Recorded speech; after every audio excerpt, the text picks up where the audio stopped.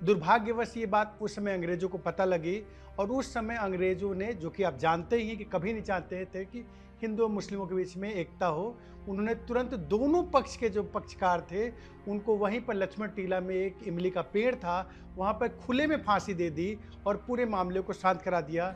लेकिन योगी आदित्यनाथ पर एक आरोप अभी जल्दी में अखिलेश यादव ने लगाया कि अवैधनाथ जी के वो संबंधी थे, इसलिए वो लेकर वहां पर गोरखपुर लेके गए उन्हें। कन्विंस किया तो 1989 में ये फिर से राजनीति में वापसी करते हैं, उसी युद्ध के लिए, उसी लड़ाई के लिए, उसी संघर्ष के लिए वापसी करते हैं और सांसद बनते हैं। अब कि वो विधायक बनते हैं और बाद में महंत दिग्विजय नाथ जी, जो कि उस समय भी अभी पीठाधीश्वर थे, वो सांसद बनते हैं। इन सब लोगों ने वहां मिलकर प्लानिंग की और वो रामलला जो बाहर थे उनको मुख्य जगह पे वहां पे रखा था, ऐसा मुस्लिम पक्ष का मानना है। इन्होंने तुरंत चैलेंज कर दिया कि ठीक है, आप दलित तक तो पहुंच गए, क्या आप, कुछ लोग चंडाल कहते हैं, दो को चंडाल कहा जाता है, उनसे भी नीचे माना जाता है, क्या आपकी हिम्मत है कि आप हमारे यहाँ आएंगे? फिर मैं ये भी मान लूं कि योगी आदित्यनाथ भी राजनीति करते हैं, जो मुस्लिमों के बारे में उनके खिलाफ भी बोलते हैं। वहाँ के जो मुख्य लेखा जोखा करते हैं वो मुस्लिम समाज के आदमी हैं, वहाँ पर जो पूरा का पूरा प्रॉपर्टी का हिसाब करते हैं वो एक मुस्लिम समाज से आते हैं। महंत अवैधनाथ जी की उस समय के जो अजय सिंह बिष्ट थे, उनकी मुलाकात कोट द्वार में बाई चांस एक एबीवीपी के कार्यक्रम में हुई थी। अनादि टीवी के विशेष प्रोग्राम खास बात में आज हमारे साथ हैं शिक्षाविद, समाज सेवी और ब्लॉसम इंडिया फाउंडेशन के संस्थापक शशि प्रकाश सिंह। आपने एक शॉर्ट मूवी भी बनाई, एक डॉक्यूमेंट्री बनाई है, अयोध्या और गोरखनाथ मठ। क्या उद्देश्य क्या था, और आपने काफी कुछ उस पर रिसर्च भी किया होगा, तो अयोध्या से गोरखनाथ मठ का क्या रिलेशन रहा? पहले तो बहुत बहुत धन्यवाद कि अनादि टीवी ने मुझे यहाँ आमंत्रित किया। स्वागत है आपका। देखिए, मठ का राम मंदिर संघर्ष से बहुत पुराना इतिहास रहा है। 1855 में, यानी कि प्रथम स्वतंत्रता संग्राम से भी 2 साल पहले ही मठ जो था वो अयोध्या के लिए स्ट्रगल करना शुरू कर दिया था। और उस समय के जो तत्कालीन पीठाधीश्वर थे गोपाल नाथ जी ने, उन्होंने लगभग में हिंदू और मुस्लिम पक्ष को इस बात के लिए कन्विंस कर लिया था कि यहाँ पर राम जी की ही मंदिर होना चाहिए। दुर्भाग्यवश ये बात उस समय अंग्रेजों को पता लगी और उस समय अंग्रेजों ने, जो कि आप जानते ही हैं कि कभी नहीं चाहते थे कि हिंदू और मुस्लिमों के बीच में एकता हो, उन्होंने तुरंत दोनों पक्ष के जो पक्षकार थे उनको वहीं पर लक्ष्मण टीला में एक इमली का पेड़ था, वहां पर खुले में फांसी दे दी और पूरे मामले को शांत करा दिया। उसके बाद आप जानते ही हैं कि उसका प्रथम स्वतंत्रता संग्राम शुरू हो गया। लेकिन तब भी, स्वतंत्रता संग्राम के बाद भी मठ लगातार लगा रहा। गोपाल नाथ के बाद गंभीर नाथ जी थे, ब्रह्मनाथ जी थे, जो लगातार इस बात के लिए संघर्ष करते रहे। तो इसमें जो राम मंदिर आंदोलन में भूमिका क्या रही है, गोरखनाथ मठ की भूमिका क्या रही उस आंदोलन में? देखिए, ये बात तो मैंने आपको बताया आजादी के पहले की, लेकिन हकीकत में जो टर्निंग पॉइंट आता है वो 22-23 दिसंबर 1949 की रात की बात आती है। दिग्विजय नाथ, जो कि तत्कालीन पीठाधीश्वर उसमें हुआ करते थे, और उन्होंने अयोध्या में, चूंकि ये सबको पता था कि अयोध्या, मथुरा और काशी तीनों को उन्होंने संकल्प लिया था कि उनको मुगल आक्रांताओं के अभिशाप से मुक्त कराना है, तो उन्होंने वहां पर 9 दिन का नवाहन पारायण का पाठ का वहां पर आयोजन कराया था। ये 1949 में, 1949 की बात है। उस नवाहन पारायण के 9वें दिन, यानी कि 22 और 23 दिसंबर की रात को ही वहां पर रामलला का प्राकट्य हुआ। उस प्राकट्य की घटना जो है वही आपने देखा होगा कि सुप्रीम कोर्ट जो है उसके फैसले में भी दर्ज है। और जो मुस्लिम पक्षकार है उन्होंने उस समय ये बात कहा था कि नहीं नहीं, ये रामलला का प्राकट्य नहीं है, ये महंत दिग्विजय नाथ जी की साजिश है, ऐसा उनका मानना था। वो ये कहते थे कि सरयू नदी के किनारे उसी रात में महंत दिग्विजय नाथ और उनके साथ उनके 4 खास लोग, वो कौन कौन से लोग थे? हनुमान प्रसाद पोद्दार जी, जो कि आप जानते ही हैं कि गीता प्रेस गोरखपुर के संस्थापक, इसके अलावा बाबा राघव दास, वही बाबा राघव दास जिनके नाम पे आज गोरखपुर का मेडिकल कॉलेज भी है, अभिराम दास जो कांग्रेस के ही वहां के विधायक हुआ करते थे, इसके रामचंद्र परमहंस जी, इन सब लोगों ने वहां मिलकर प्लानिंग की और वो रामलला जो बाहर थे उनको मुख्य जगह पे वहां पे रखा था, ऐसा मुस्लिम पक्ष का मानना है। तो इसमें आपका मानना है कि ये राम मंदिर आंदोलन की शुरुआत दिग्विजयनाथ जी ने शुरू की थी इसको? मतलब देखिए, राष्ट्रीय मंच पर तो लाके तभी कहा, आप देखिए उससे पहले कहीं न्यूज में नहीं आएगा। हम्म। और एक तरफ जैसे ही देश आजाद हुआ, उस हम्म। देश आजादी के बाद आप जानते हैं कि गांधी जी की हत्या हुई। हम्म। गांधी जी की हत्या में इन पर भी आरोप लगाया गया, झूठा आरोप लगा, जिसके हम्म। लिए जेल भी गए। और जेल से जैसे ही आपके पास ये बरी होते हैं और ये क्लियर हो जाता है कि इनका उसमें कोई रोल नहीं है, उसके तुरंत बाद इन्होंने क्लियर कर दिया कि देश के आजादी के बाद देश में जो सनातन के 3 प्रतीक चिन्ह हैं उनको भी हमें आजाद कराना है।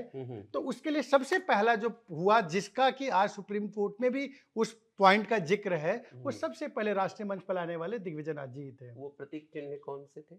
कुछ आपको इसका नहीं, प्रतीक चिन्ह का मतलब ये है कि जो सुप्रीम कोर्ट का फैसला, उसमें इस बात का जिक्र है कि रामलला जो थे वो मुख्य गुंबद के नीचे पाए गए थे, जो कि उस समय के मुस्लिम वहां पर जो पहरेदार थे वो इस बात को मानते हैं। और उस पॉइंट को ही मेन पॉइंट लेकर पूरा का पूरा जो फैसला है उस पॉइंट को मेन पॉइंट लेकर रखा गया।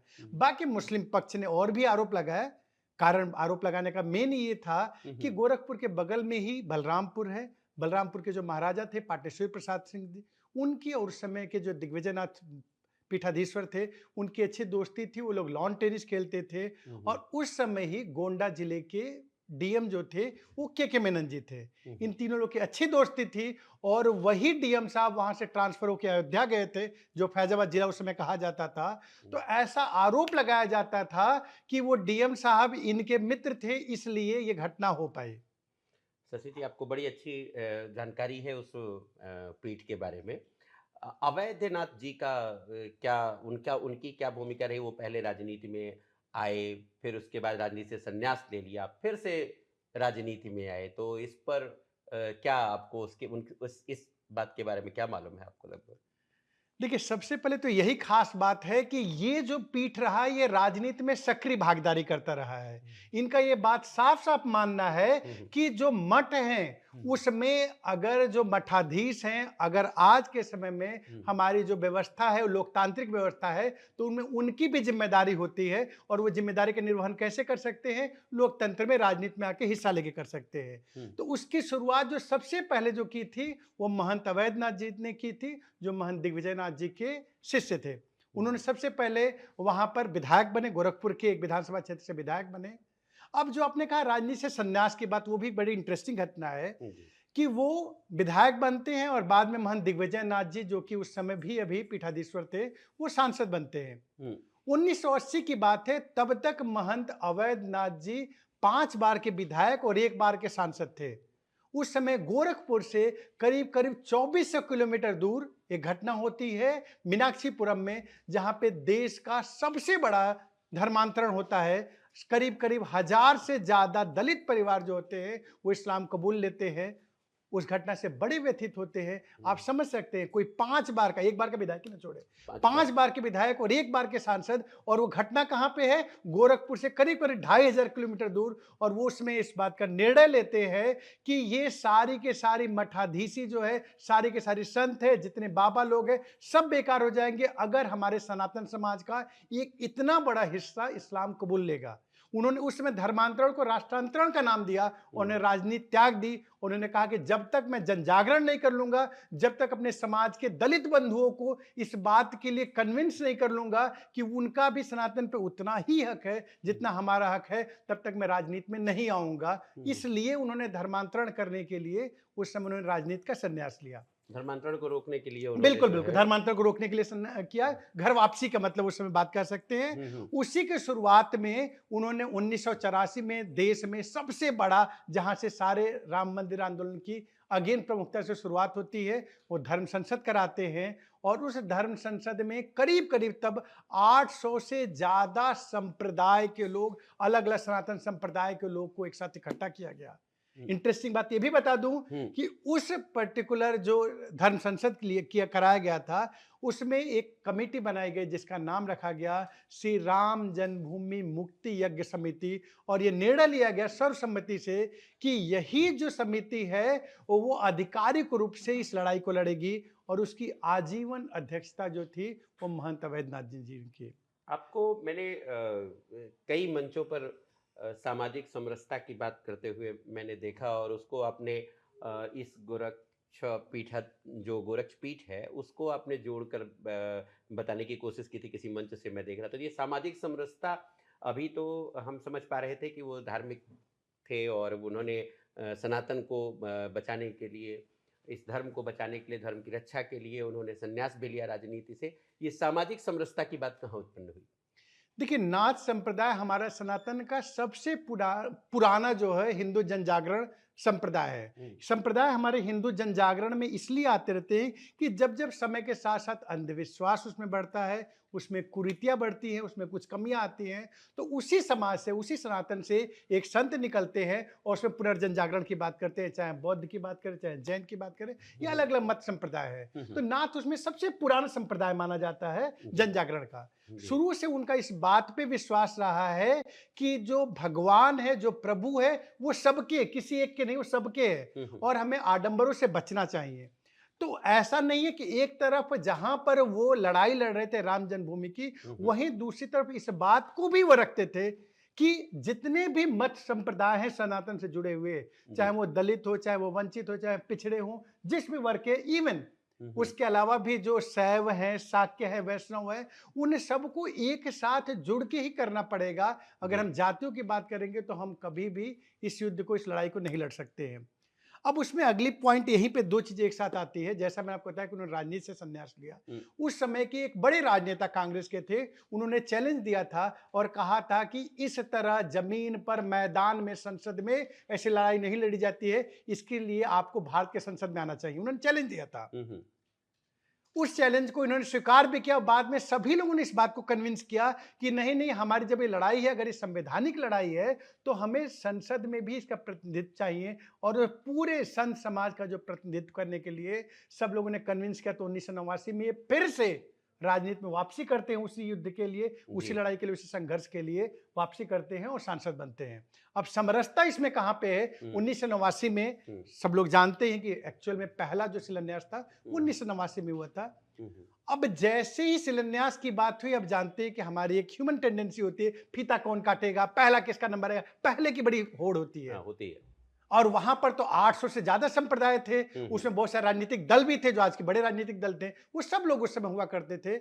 लेकिन चूंकि अध्यक्ष ये थे, तो सब लोग चाहते थे कि पहला ही जो ईंट है, अब जानते पहली ईंट को ही शिलान्यास में फीता काटने जैसा माना जाता है। उन्होंने कहा नहीं, हम नहीं करेंगे, उसको हम एक ऐसे समाज से लोग लेके आएंगे जिसका एक प्रतीकात्मक भी प्रभाव पड़े, लोग ये समझ पाए कि ये किसी वर्ग विशेष का, किसी जाति विशेष का मंदिर नहीं है, प्रभु राम का मंदिर, पूरे सनातन का मंदिर है। तो कामेश्वर चौपाल जी, जो बिहार के दलित समाज से आते थे, उन्होंने निर्णय लिया कि पहली ईंट वो रखेंगे, और पहला फावड़ा जो चलाया था वो एग्री हो गए थे, इन्होंने चलाया था 1989 में।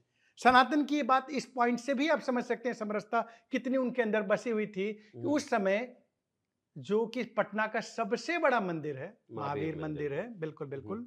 और 1992 की घटना आप जानते ही हैं, तब मंडल कमीशन आ चुका था, जातिवाद पीक पे था, मुख्यतः उत्तर प्रदेश और बिहार में। तब उन्होंने वहां के सबसे बड़े मंदिर की लड़ाई लड़ी और कहा कि वहां का मुख्य पुजारी जो होगा वो एक दलित पुजारी ही होगा, और दलित पुजारी की उन्होंने उस समय नियुक्ति कराई थी। तो ये महावीर मंदिर के जो पुजारी अभी भी जो होते हैं वो दलित ही होते हैं? जी जी, वो इनके कारण ही दलित होते हैं। वही महावीर मंदिर आपने देखा होगा, जो राम मंदिर के बगल में जहां पर सीता रसोई लगती है, अम्मा वाला मंदिर, वो महावीर मंदिर से ही वो संचालित होता है। पटना का बहुत बड़ा मंदिर है। और ये डोम राजा के को भोज कराने का या उनके यहाँ भोज करने का कुछ ऐसा वाक्य अभी है? अब क्योंकि आपसे बड़ी इंटरेस्टिंग बातें हो रही हैं और हम लोग बहुत कुछ ऐसा नहीं जानते थे, और आपको बड़ी अच्छी इंफॉर्मेशन है वहाँ के बारे में, काफ़ी अच्छा अध्ययन है आपका।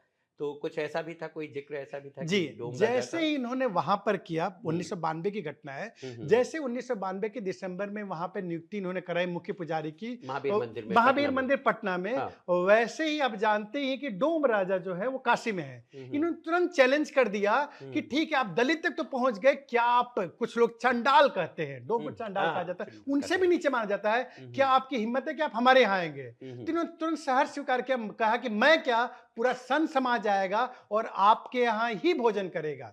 तब ये गए और पूरे संत समाज को लेके गए। कुछ लोग संकुचित हो रहे थे लेकिन उन्होंने सबको कन्विंस किया और लेके गए। वहाँ पे एक बड़ी भावुक घटना भी है कि उस समय जब भोजन परोस रही थी, डोम राजा की माता जी कर रही थी, वो भोजन परोसते परोसते रोने लगी। उन्होंने भोजपुरी में कहा कि हम तब पहली बार जननी है कि हम हिंदू है। उसके बाद उन्होंने, अच्छा। जैसा कि नॉर्मल परंपरा होती है कि भोजन के बाद साधु आता है तो हम उसको दक्षिणा देते हैं, इन्होंने उसके लिए भी साफ मना कर दिया कि नहीं, बाहर मीडिया के बंधु खड़े हुए हैं, वो हमारे इंतजार कर रहे हैं और वो इस पे भी आरोप लगा देंगे कि ये पैसे के लिए, दक्षिणा के लिए लोग गए थे। तो उन्होंने कहा नहीं, आप माता जी केवल आशीर्वाद ही दीजिए और इस पर जितना हक हमारा है उतना आपका भी हक है।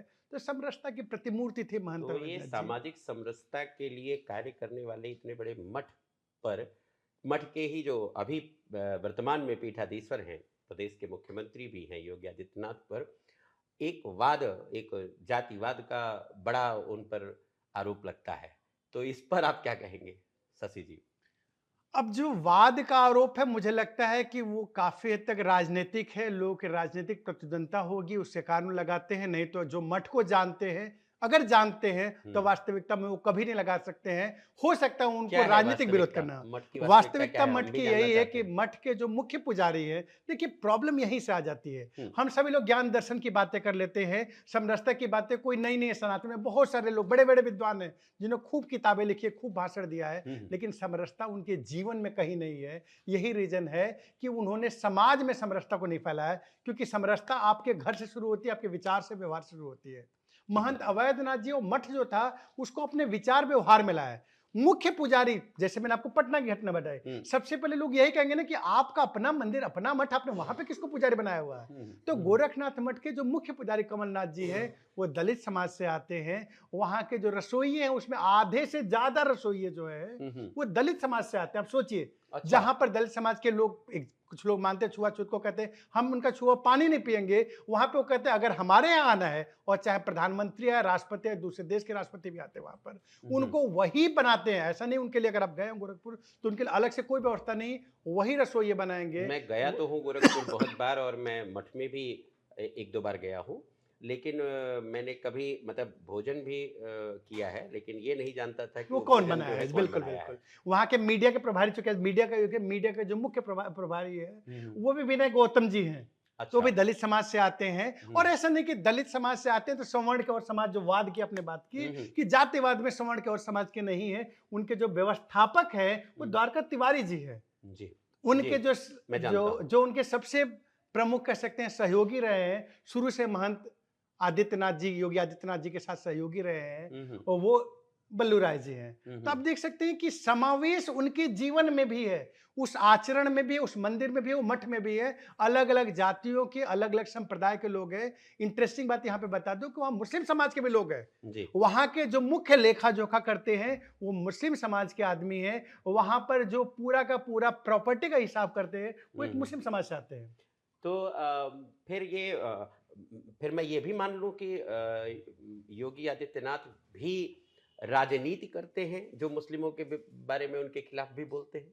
ये भी मान लूँ मैं? देखिए, ये बात उन्होंने कई बार साफ-साफ मंचों में कही हुई है, और हुँ, मैं उस बात को फिर से क्लियर कर दूं, हुँ, उन्होंने ऐसा कतई नहीं कहा कि मुस्लिम हमारे नहीं हैं। हुँ, वो ये बात ये तो संसद में ऑन रिकॉर्ड बात है ना, कि संसद में जब एपीजे अब्दुल कलाम के लिए डिसाइड हुआ था कि वो राष्ट्रपति बनेंगे, तो सबसे पहले जो लोग, इनकी पार्टी में भी सबसे पहले जिन लोगों ने समर्थन किया था, उस समय के हमारे जो मुख्यमंत्री जी आज के हैं, उस समय के पीठाधीश्वर जी यानी कि योगी आदित्यनाथ जी ने किया था। यही नहीं, आप जानते हैं जब ये सांसद थे तो इनके जो सबसे अच्छे मित्र हुआ करते थे, वो शहनवाज जी हुआ करते थे। हुँ, हुँ। तो ऐसा नहीं है कि ये कहते हैं कि भाई मुस्लिम से नहीं परेशानी है, अगर आपकी नीतियां राष्ट्र विरोधी है तब हमें परेशानी है। वो जब कहते हैं बटोगे तो कटोगे, तो इसका मतलब वो सांप्रदायिक नहीं कहते हैं, उसका मतलब वो साफ साफ कहते हैं कि अगर हम राष्ट्र के प्रति, सनातन के प्रति एकजुट है, तो हमें कोई अलग नहीं कर सकता। कटो का मतलब होता है सेपरेशन से, बिखराव से, ना कि कोई हिंसात्मक बात वो कहना चाहते हैं।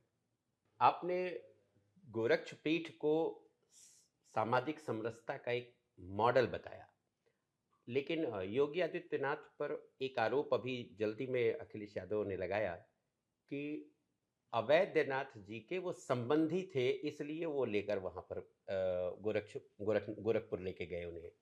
तो इसमें क्या सच्चाई है? इसके बारे में भी कुछ आपने स्टडी की है, कुछ अध्ययन किया है? जी, बिल्कुल, मैं यही बात बार-बार कहता हूँ, मंचों से भी कहता हूँ हुँ, कि आपकी किसी से राजनीतिक द्वेष, राजनीतिक प्रतिद्वंद्विता है, वो एक अलग लेवल की है। हुँ, आप हुँ, उनसे राजनीतिक विरोध करिए, हुँ, हुँ, इसका मतलब ये नहीं है कि आप किसी की धार्मिक भावनाओं का आहत करते हैं। ये हुँ, बात बोलकर हकीकत में आप मठ पर सवाल उठा रहे हैं, हुँ, ना हुँ, कि योगी आदित्यनाथ की सरकार पे सवाल उठा रहे हैं। हुँ, हुँ, महंत योगी आदित्यनाथ जी और महंत अवैधनाथ जी, ये सच है कि दोनों अभी के उत्तराखंड और उस समय के उत्तर प्रदेश से बिलोंग करते थे। ये ध्यान है, उस हुँ, समय के उत्तर प्रदेश से बिलोंग करते थे। हुँ, हुँ, ये क्योंकि वो ये भी आरोप लगाते हैं कि दूसरे प्रदेश से है, उस समय के उत्तर प्रदेश से बिलोंग करते थे। हुँ, ये भी सच है कि वो दोनों लोग पौड़ी गढ़वाल जिले से बिलोंग करते थे। हुँ, ये भी सच है कि दोनों लोग ही बाय चांस हुँ, बेस्ट थे। हुँ, हुँ, बस दोनों बेस्ट इतनी ही थे। बात है। हुँ, हुँ, पहली बात तो यही है कि चाहे वो माननीय अखिलेश जी हों या कुछ और भी बड़े-बड़े न्यूज़ चैनल इस बात में करते हैं, कोई फुफेरा बना देता है, कोई ममेरा बना देता है। पहले तो लोग ये समझते नहीं फुफेरे मम्मी 2 अलग-अलग एंगल होते हैं, हुँ, वो हुँ, कैसे बना देते हैं।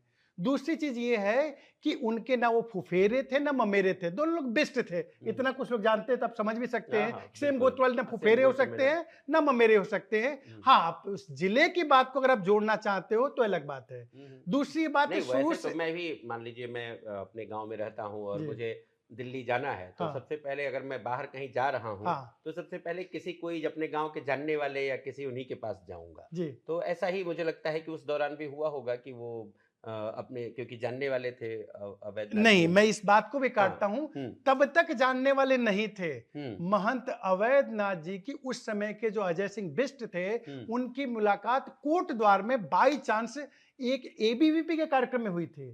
तो उसके जी। जानने वाले नहीं थे। हाँ, हुँ, ये बिल्कुल सत्य है कि महंत अवैधनाथ एक बड़ी प्रतिमूर्ति थे, तो अजय सिंह बिष्ट जी जानते थे कि हमारे जिले के जैसे होगा ना कि हुँ, हुँ, हम जब हुँ। छोटे हम जानते थे कि जी चंद्रशेखर जी बलिया हाँ, से हम हाँ, जानते थे। इसका मतलब ये थोड़ा कि चंद्रशेखर जी मुझे जानते हाँ, हैं। बिल्कुल ठीक मैं बात है। जानता हूँ। बिल्कुल। तो वो एक बड़ी प्रतिमूर्ति हुआ करते थे। तो उस वाद विवाद प्रतियोगिता में जब ये जीते थे तो वहां मुलाकात इनकी पहली बार हुई। उस समय योगी जी जो थे वो 20 साल के थे। उस समय जब पहली मुलाकात होती तब इस बातों में जिक्र में वो बात बताते हैं कि मैं भी आपके ही जिले से बिलोंग करता हूं, तो वहां पहली मुलाकात है। हुँ, दूसरी बात जब वो शुरू से संन्यास ले चुके हैं, इंपॉर्टेंट बात ये भी ध्यान रखे कि जो कृपाल सिंह यानी महंत अवैधनाथ जी का जो पुराना नाम था, वो सिंगल चाइल्ड थे। ये भी हुँ, क्लियर है, सिंगल हुँ, चाइल्ड में मेरे फुफेरे वैसे भी नहीं हो सकते। हुँ, वो सिंगल चाइल्ड थे, उनके माता-पिता दोनों का बचपन में ही निधन हो गया था। ये भी क्लियर रहे। वो उसके बाद वापस जब सन्यास की परंपरा होती है कि आपको भिक्षा लेने एक बार अपने घर भी जाना होता है, ताकि ये बात क्लियर हो जाए कि आपका पुराना रूप खत्म हो गया है। हुँ, हुँ। उसके बाद वो वापस कभी उस परिवार में भी नहीं गए। तो जो इंसान इतना कुछ छोड़ चुका है, आपको लगता है कि सिर्फ इसलिए कि दोनों लोग पौड़ी गढ़वाल से उनको रखा होगा, नहीं, वो उनका अपना रूप था, वो हुँ, उनकी हुँ। सोच थी, समझ थी। आज पूरा उत्तर प्रदेश नहीं, पूरा देश, पूरा विश्व देख रहा है कि महंत अवैधनाथ की उस समय की जो सोच थी, वो बिल्कुल सही थी। आज उत्तर प्रदेश के लिए एक ऐसे नेतृत्व की जरूरत है, जिसको उन्होंने अपना समय के साथ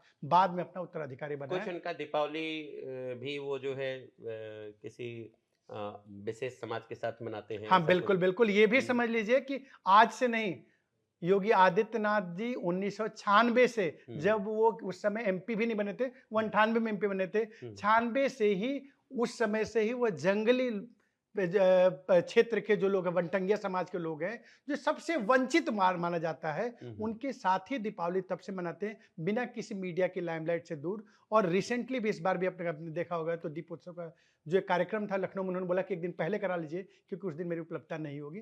तो समरसता की तब से प्रतिमूर्ति हैं, तब से ही वो लोग इस वे में काम करते हैं कि सनातन से जुड़ा हुआ हर वर्ग जो है, वो अपने आप को सनातन से जुड़ा हुआ महसूस करे। बहुत अच्छी चर्चा हुई आपके साथ शशि जी।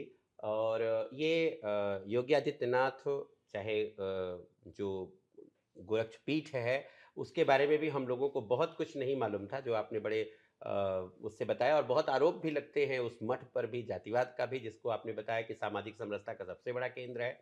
और उनके लोगों के लिए भी ये बहुत अच्छी जानकारी आपने हमें दी।